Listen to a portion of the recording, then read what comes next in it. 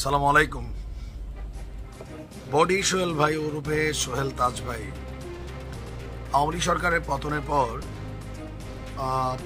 মোটামুটি অনেক কথা তিনি সরকার সম্পর্কে, তার ক্ষমতায় থাকাকালীন সম্পর্কে, শেখ হাসিনা সম্পর্কে, বঙ্গবন্ধু সম্পর্কে অনেক কথা বলছিলেন।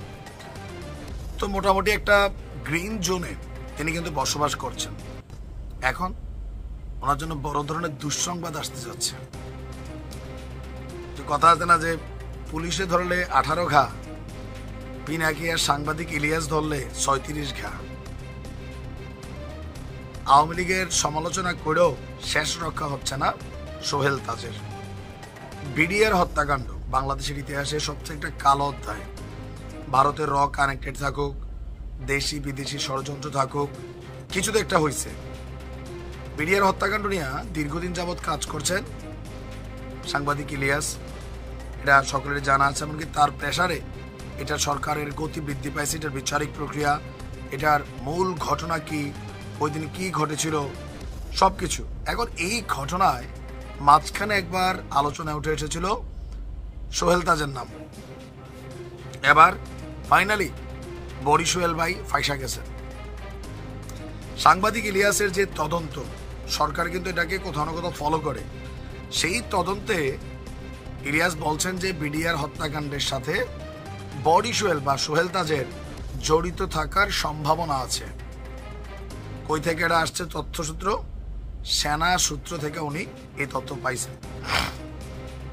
এই ইস্যুটা নিয়ে সাংবাদিক ইলিয়াস, সেনাবাহিনী, বিজিবি, প্রশাসন, অনেক কর্মকর্তা, অনেকের তিনি কিন্তু স্টেটমেন্ট নিচ্ছেন, এটার উপরে কন্টিনিউ কাজ করছেন। তো তার বক্তব্য হচ্ছে সেনাবাহিনীর সূত্রে এটা একটা আঁচ চলে আসছে যেন বডি সোহেল এটাতে কানেক্টেড আছে। এটা একটা চান্স 90% বা 95%। এখন বডি সোহেল যেন বাংলাদেশ ছেড়ে পালাতে না পারে, বাংলাদেশের বাইরে যেতে না পারে, এইটার ব্যাপারে সাংবাদিক ইলিয়াস ডাক দিয়েছেন। কারণ পরিস্থিতি খারাপ হলে সোহেল দাস তিনি বাংলাদেশ ছেড়ে চলে যাবেন।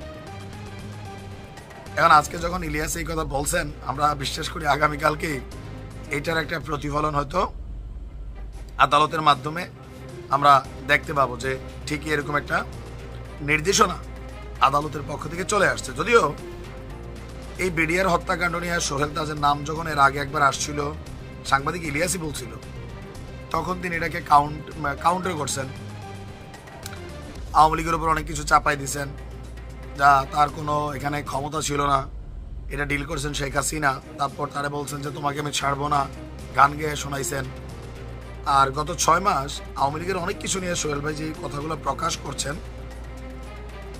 সরকারের বা বর্তমান যে সিচুয়েশন আছে অনেকটা সেফ জোনে ছিলেন। এখন ফাইনালি